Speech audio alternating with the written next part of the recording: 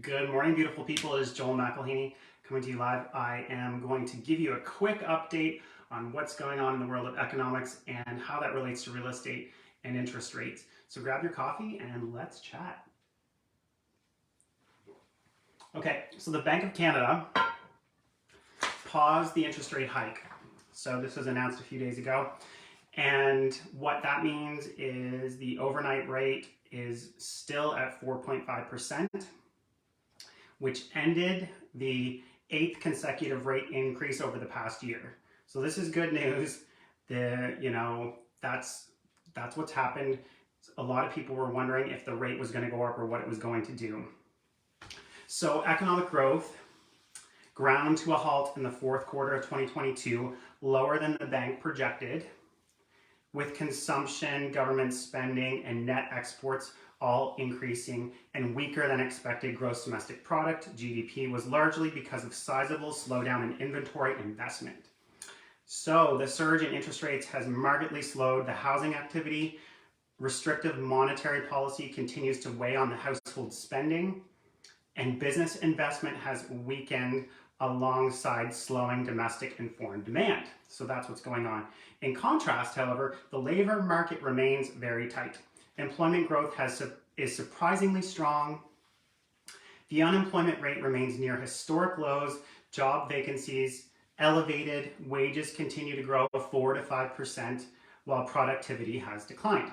So inflation also eased to 5.9% in January, reflecting lower price increases on energy, durable goods, and some services. Price increases, no surprise here, for food and shelter remain high, causing continued hardship for Canadians.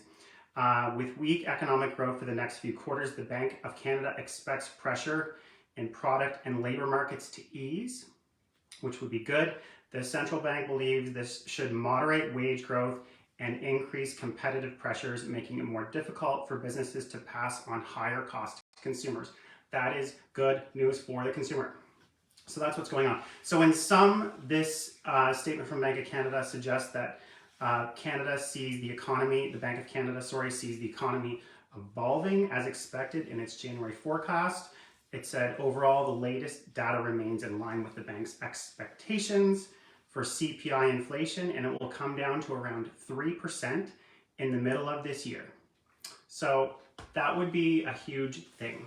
And that's where the bank was trying to get us. So that's kind of where we stand right now.